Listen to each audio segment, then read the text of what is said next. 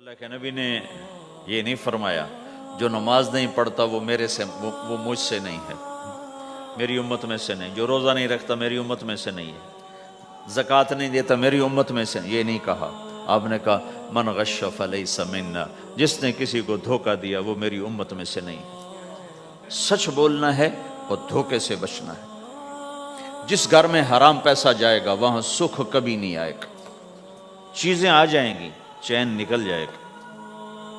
1960 کی دہائی میں ایک پاکستان کا افسر تھا، اس نے 1960 میں لوگوں کے پاس 100 روپے مشکل سے ہوتے تھے، اس نے اس زمانے میں کروڑوں روپے جمع کیے رشوت سے، بہت بڑی پوسٹ پر تھا۔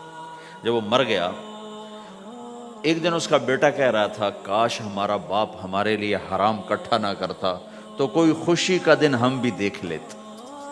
جن کے لیے جمع کیا تھا کہ میرے بچے اب مزے سے، میں نے خود اپنے کانوں سے اس کو یہ کہتے ہوئے سنا کئی دفعہ، میں آج مر جاؤں میری بچی کو کسی کی پرواہ نہیں کہ میں نے اتنا پیسہ بنا دیا ہے۔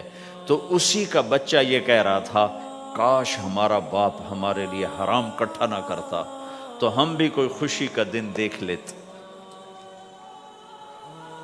تو اللہ کے نبی نے فرمایا من امسا کالن بعمل یدہ امسا مغفور لہ، جو صبح سے شام تک حلال کمانے میں تھکتا ہے اور تھک کے واپس آتا ہے تو اس کے اس دن کے سارے گناہ اللہ معاف فرما دیتا۔ تو ہمارا بازار بھی دین ہے بھائی۔